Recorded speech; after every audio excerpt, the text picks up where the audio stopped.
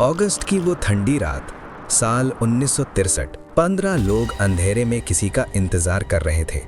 ये कोई आम इंतजार नहीं था, ये तारीख की सबसे बड़ी डकैती का काउंटडाउन था। एक ऐसी ट्रेन जो पूरी की पूरी कागजी दौलत से भरी हो।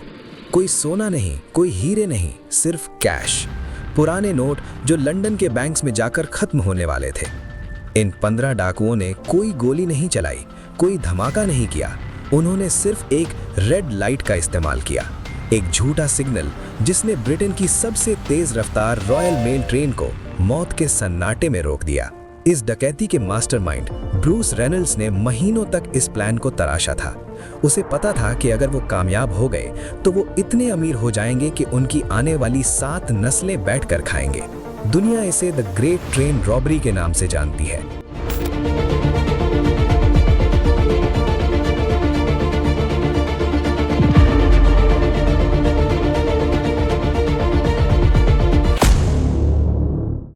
रात के 3:03 रॉयल मेल ट्रेन 80 मील फी घंटा की रफ्तार से लंदन की तरफ भाग रही थी। ड्राइवर जैक मिल्स के लिए ये एक आम ड्यूटी थी।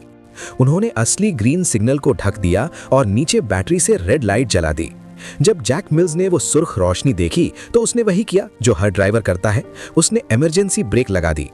ट्रेन सीयर्स क्रॉसिंग पर रुक गई। ड्राइवर का असिस्टेंट 26 साल का डेविड विडबी नीचे उतरा ये देखने के लिए कि सिग्नल क्यों खराब है। वो पैदल चलकर इंजन से थोड़ा आगे गया, मगर वहां कोई टेक्नीशियन नहीं था। अंधेरे से 2 हाथ निकले और उसने डेविड का मुंह दबा दिया। उसके कान में आवाज आई, खामोश रहो वरना मार दिए जाओगे। अब बारी थी इंजन की। डाकुओं ने इंजन का दरवाजा तोड़ा। ड्राइवर जैक मिल्स ने उन्हें रोकने की कोशिश की, लेकिन एक डाकू में लोहे की रॉड से उसके सर पर जोर से हमला किया और यही वो लम्हा था जब डकैती वायलेंट हो गई। ड्राइवर बेहोश हो गया। यहाँ डाकुओं से एक बड़ी गलती हुई। उनका अपना बंदा जो ट्रेन चलाने का माहिर होने का दावा करता था, वो उस नए डीजल इंजन को समझ ही नहीं पाया।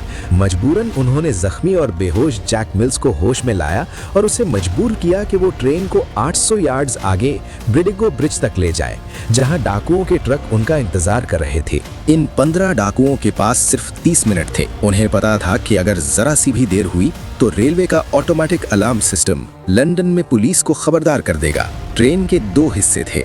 डाकुओं ने इंजन और पहली 2 बोगीज जिसमें पैसा था को बाकी की 10 बोगीज से अलग कर दिया था। बाकी बोगीज में बैठे हुए 70 से ज्यादा पोस्ट ऑफिस वर्कर्स को खबर तक नहीं थी कि उनके आगे वाले हिस्से में क्या हो रहा है। उन्हें लगा कि शायद कोई आम टेक्निकल खराबी है। अंदर मौजूद पोस्ट ऑफिस करिंदे दहशत में आ गए। उन्होंने इतने डाकू एक साथ अपनी जिंदगी में कभी नहीं देखे थे। डाकुओं ने उन्हें एक कोने में मुंह के बल लेटने का हुक्म दिया। यहाँ डाकुओं की आंखें फटी की फटी रह गईं। उन्होंने सोचा था कि शायद 50 या 60 बैग्स मिलेंगे, लेकिन वहाँ 120 बैग्स मौजूद थे जो ऊपर तक कैश से भरे हुए थे। ह्यूमन चेन शुरू हुई। एक डाकू बैग उठाता, दूसरे को पकड़ाता और तीसरा उसे ब्रिज से नीचे खड़ी गाड़ियों में फेंकता। हर बैग का वजन तकरीबन 13 किलो था। ये कोई फिल्मी सीन नहीं था जहां डाकू आराम से पैसा गिन रहे हों, बल्कि ये एक सख्त जिस्मानी मुशक्कत वाला काम था। उनका सांस फूल रहा था, पसीना बह रहा था और घड़ी की टिक टिक उनके दिमाग पर हथौड़े मार रही थी। इस डकैती की सबसे हैरत अंगेज बात यह थी कि डाकुओं ने सख्ती से हिदायत दी थी कि कोई गोली नहीं चलाई जाएगी। वो नहीं चाहते थे कि ये डकैती मर्डर में तब्दील हो जाए। उन्होंने सिर्फ दहशत और ताकत का इस्तेमाल किया। पैसा लूटते वक्त डाकुओं के दरमियान हल्की फुल्की गुफ्तगू भी हुई। एक डाकू ने एक पोस्ट ऑफिस वर्कर से कहा, परेशान मत हो बेटा, हम सिर्फ तुम्हारा पैसा नहीं, तुम्हारी हुकूमत का वो पैसा ले रहे हैं जो उन्होंने जलाने के लिए रखा था। उन्हें लग रहा था कि वो कोई बहुत बड़ा गुनाह नहीं कर रहे, बल्कि रद्दी जमा कर रहे हैं। ठीक 30 मिनट बाद ट्रक बैग्स से ऊपर तक भर चुके थे। इतना पैसा कि उन्हें ट्रक के दरवाजे बंद करने में मुश्किल हो रही थी। ब्रूस रेनॉल्ड्स ने सीटी बजाई। ये इशारा था कि ऑपरेशन खत्म हुआ। 15 डाकू उन ट्रक्स में सवार हुए और अंधेरे में गायब हो गए। पीछे रह गया जख्मी ड्राइवर जैक मिल्स, दहशतजदा वर्कर्स और एक खाली ट्रेन। पुलिस की नजरों से बचने के लिए वो लेदर स्लेट फार्म नाम के एक पुराने घर में छुप गए, जो डकैती वाली जगह से सिर्फ 27 मील दूर था। उनका प्लान था कि जब तक पुलिस का शोर ठंडा नहीं होता वो वहीं रहेंगे, लेकिन किस्मत को कुछ और ही मंजूर था। रेडियो पर खबरें चल रही थीं कि पूरी ब्रिटेन की पुलिस उन्हें ढूंढ रही है। स्कॉटलैंड यार्ड ने इसे सदी की सबसे बड़ी डकैती करार दे दिया था। डाकुओं के अंदर खौफ पैदा होने लगा। उन्हें लगा कि शायद पुलिस उनके इतने करीब पहुंच चुकी है कि वो अब फार्म में महफूज नहीं। उन्होंने फैसला किया कि वो वक्त से पहले ही ये जगह छोड़ देंगे और पैसा बांटकर अलग अलग हो जाएंगे। लेकिन निकलने से पहले उन्होंने ब्रूस रेनल्ड्स या अपने साथियों को सख्त हिदायत दी थी कि फार्म को पूरी तरह साफ कर दिया जाए। कोई निशान, कोई कपड़ा, कोई फिंगरप्रिंट पीछे न रहे। उन्होंने एक सफाई करने वाले क्लीनर को पैसे दिए थे कि वो सब कुछ मिटा दे, लेकिन वो शख्स पैसा लेकर भाग गया और सफाई नहीं की। डाकुओं ने सोचा कि वो फार्म को जला देंगे, लेकिन वो आग भी सही वक्त पर नहीं लगाई गई। जब पुलिस लेदर स्लेट फार्म पहुंची तो उन्हें वहां जो मिला उसने उनका काम आसान कर दिया। वहां खाने पीने की चीजें, पुराने कपड़े और डाकुओं की छोड़ी हुई चीजें बिखरी हुई थीं। लेकिन सबसे बड़ा सबूत एक मोनोपोली बोर्ड गेम थी।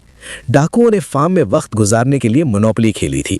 उन्होंने असली नोट यानी कैश को गेम के फेक नोट्स के साथ मिलाकर जश्न मनाया था। लेकिन किस्मत का खेल देखिए, वो बोर्ड गेम के पीसेस और बोर्ड पर अपने फिंगरप्रिंट्स छोड़ गए थे। इन्हीं फिंगरप्रिंट्स ने पुलिस को उन 15 लोगों के चेहरों तक पहुंचा दिया। स्कॉटलैंड यार्ड ने एक एक करके डाकुओं को धर दबोचा। ब्रूस लेनल्स, बस्टर एडवर्ड्स और रॉनी बिग्स जैसे लोग मुल्क छोड़कर भाग गए, लेकिन उनकी जिंदगी अब सुकून की नहीं थी। रॉनी बिग्स ब्राजील भाग गया, जहां उसने 36 साल गुजारे। वो अमीर तो था, लेकिन अपने वतन से दूर एक भगोड़े की जिंदगी जी रहा था। इस डकैती का सबसे अफसोसनाक पहलू वो जख्मी ड्राइवर जैक मिल्स था। वो कभी पूरी तरह ठीक नहीं हो सका। उस डकैती ने उसकी जहनी और जिस्मानी सेहत तबाह कर दी और कुछ साल बाद वो इस दुनिया से रुखसत हो गया। डाकुओं ने पैसा तो लूटा, लेकिन किसी की दुआ नहीं ले सके। वक्त गुजरता गया और एक एक करके या तो डाकू पकड़े गए या उन्होंने सरेंडर कर दिया।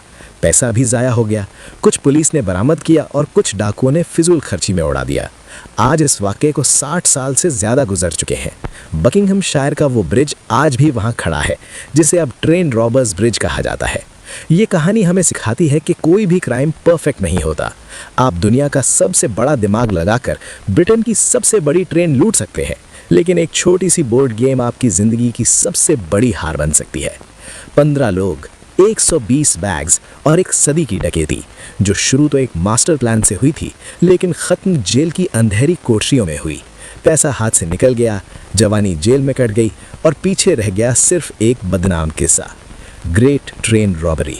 एक ऐसी डकैती जिसने दुनिया को हैरान किया, लेकिन उन डाकुओं को सिर्फ पछतावा दिया।